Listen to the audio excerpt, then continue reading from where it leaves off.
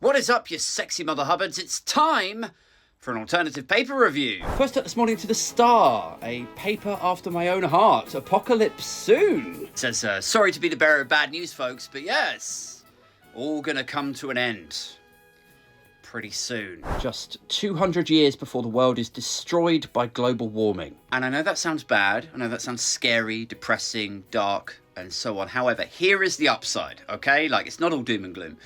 Chances are, it is probable that before that time, we'll all die in a nuclear war. So, I mean, that's cool, isn't it? Or we'll run out of oil and gas and society as we know it, civilization as we know it will collapse and we'll all murder each other for the last can of beans in the larder. So, every nuclear winter cloud. Over to the Eye, which says tax cuts in 2024 after surprise fall in inflation. Ooh, that's a bit cheeky. Tax cuts, you say? That's interesting, because I'm sure you said only a few weeks ago that tax cuts were virtually impossible at present. In fact, the briefings from the Treasury suggested the UK's national debt, which hasn't gone magically down in the last few weeks, is at levels not seen since the early 1960s. Now, I guess you could maybe make the case that in reducing the interest rate for the Bank of England, pounds, borrowing, bonds, interest rates, like that might make the government's debt cheaper to service, but that doesn't mean you've got extra wiggle room to cut people's taxes.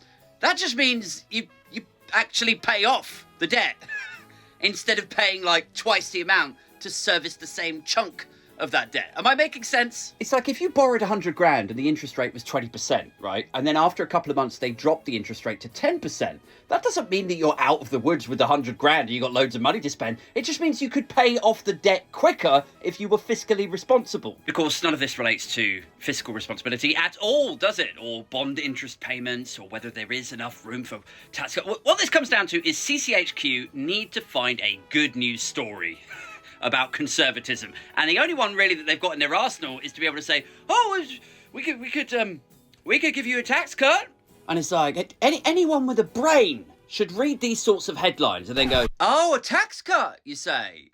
Yeah. Oh, wow. No, that sounds peachy. Yeah. How much extra can I expect in my pay packet at the end of the month? £17. Wow. Oh, incredible. I've won the lottery, haven't I? Yeah, I mean, that's going to come in really handy, settling my debts after my mortgage went up by £700 a month. Yeah, I'll still take it. Prince Andrew's a nonce burger. Now over to the Times, which leads with cheaper mortgages set to ease living costs. Now, this is a real bugbear of mine. This really pickles my onions. Because if we accept that people need their living costs easing, and if we accept that mortgages are a gigantic part of that, i.e., when was the last time you remortgaged? How much did it go up by? Like, if mortgages are a key component of inflation and they are ballooning and that's where the real pain comes from, then inflation cannot be battled by hiking interest rates and making mortgages more expensive. It just doesn't make sense. It's like, oh, we better hike these rates to battle the inflation that's ruining lives. Yeah, I mean, things are getting more expensive. I don't know if I can afford them, so what are you going to do? We're going to make already broke people 3 times as broke. Right. Well, that is, certainly fighting fire with fire there. I know I keep saying this, but truth bears repeating. Neither United States nor Switzerland raised their interest rates in quite the same decimating, devastating way as the UK's Bank of England, and yet both of their inflations have also fallen. Which means, what even really was this whole period of rate hikes? You know, it's you paying double the amount now for your monthly outgoings to the same bank for exactly the same house. It really is little more than fiscal robbery. I would never be one to encourage people to enter into a life of crime, but I will say this. If you want to take people's money and go to prison, rob a bank. But if you want to take people's money and go to Mauritius, start one.